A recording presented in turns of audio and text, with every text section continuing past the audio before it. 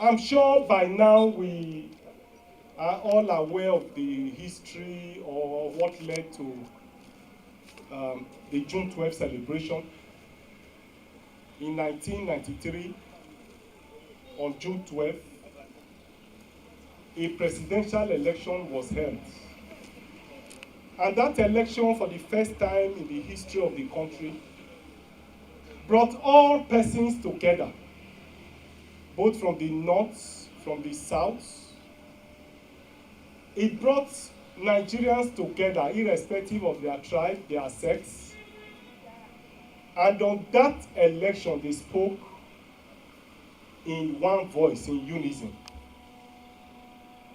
Unfortunately for us, that election was annulled by the then military government in Nigeria. It followed with very serious protests. The people of Nigeria stood up and defended their votes. The civil disobedience that came on from that event forced the then dictator, Badamasi Babangida, out of office. And this led to a situation, or led to interim government, from interim government to another coup, and eventually we had democracy in 1999.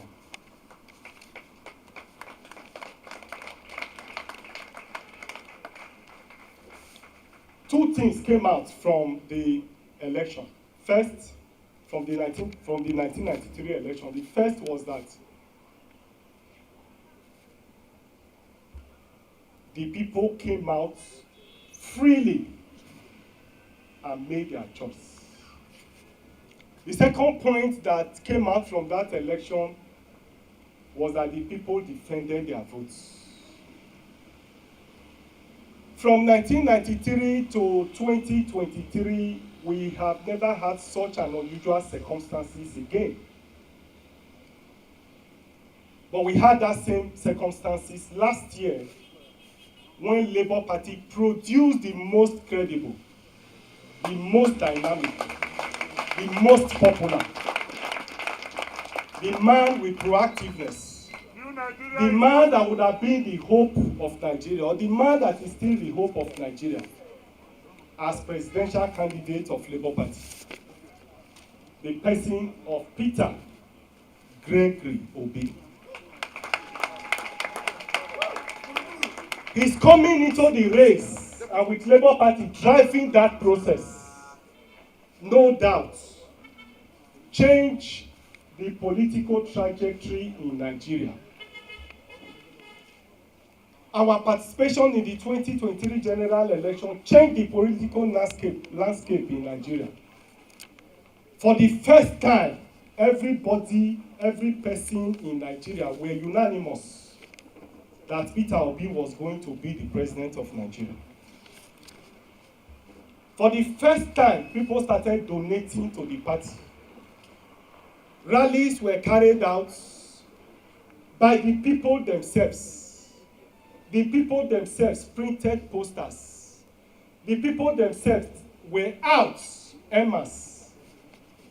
And I want to say that Labour Party and Peter Obi won that presidential election.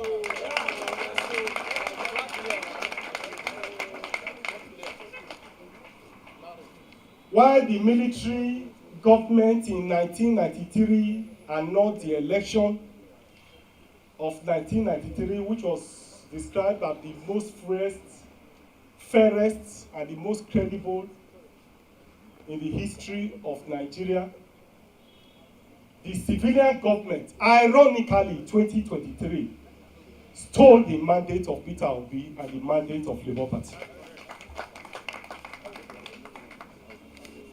The only thing that was absent in the 2023 general election was that the people did not come out to defend their votes,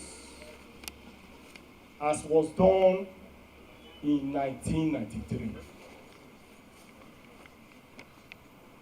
Probably would have been in the government house today. But God has a reason for everything.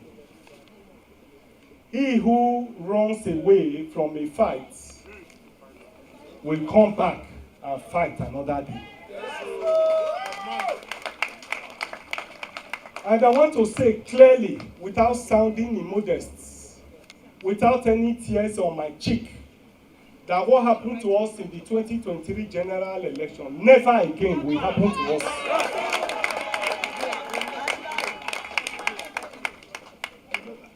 In 2027, if people vote for us, we will defend our votes and we will reclaim our mandates. Today is a day that is set aside for the celebration of Democracy Day in Nigeria.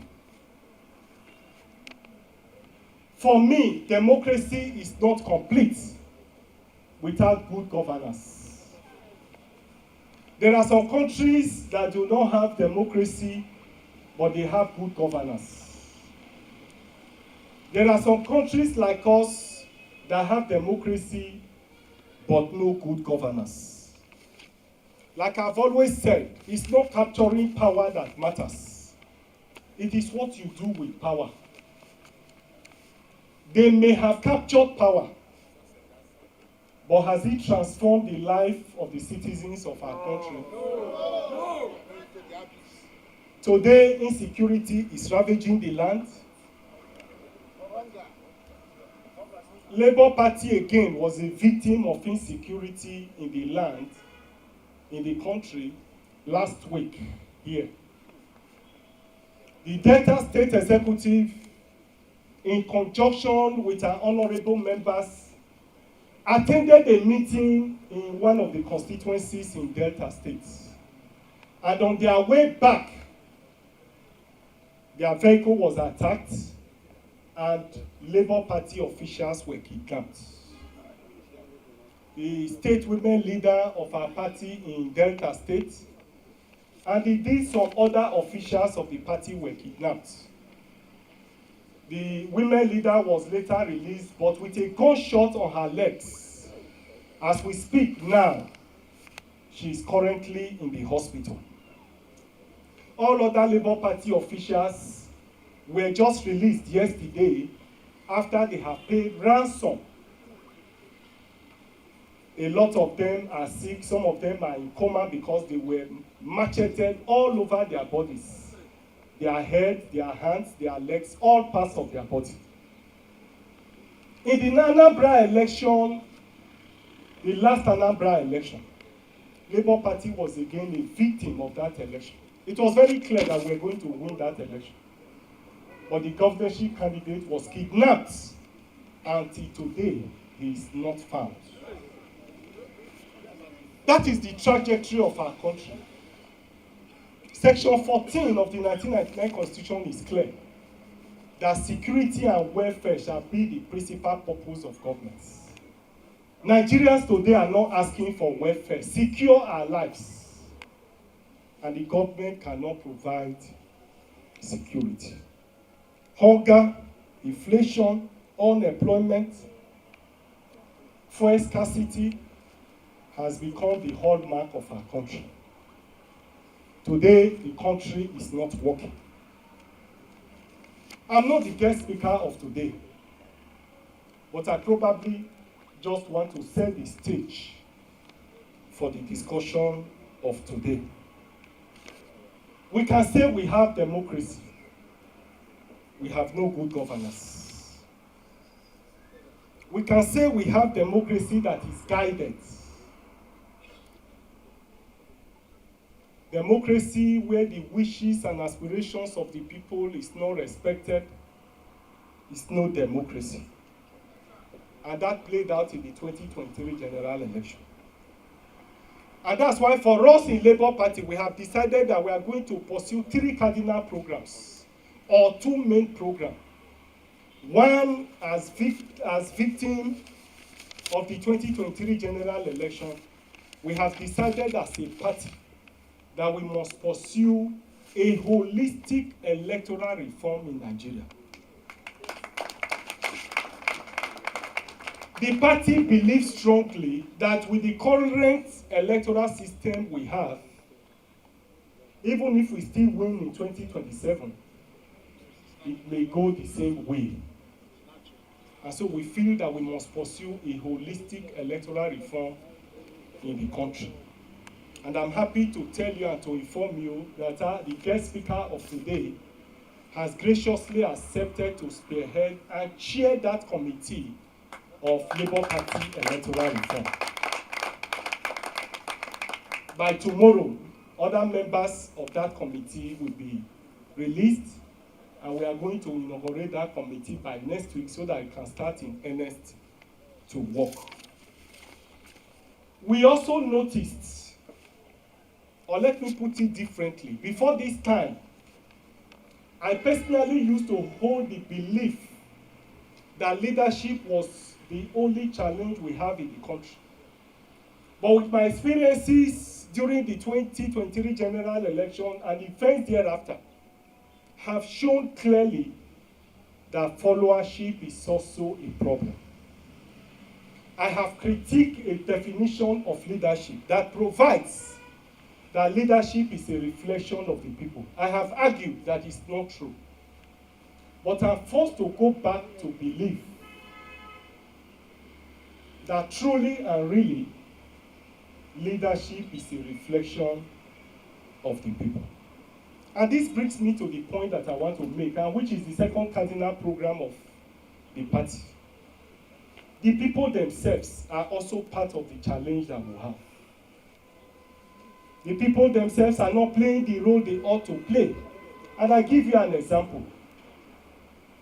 A man who takes 5,000 naira and decides to vote for somebody that is known to be a thief is as good as a thief. The journalists who will take money and report whatever, even where they know that those reports are not correct, is also part of the challenge. The leader in the party office who takes money and subchange a viable, veritable candidate of the party is also part of the problem. And therefore, the change must necessarily begin with us. And that's why Labour Party's second cardinal program is to pursue a holistic educational program in the party, political education program, which will mind the mind of Labour Party members, which will mind the mind of the people, so that we can have a citizenship participation in government, have people with strong capacity to be able to defend their votes, speak for themselves, and enthrone a Labour Party government that will change the political trajectory in Nigeria.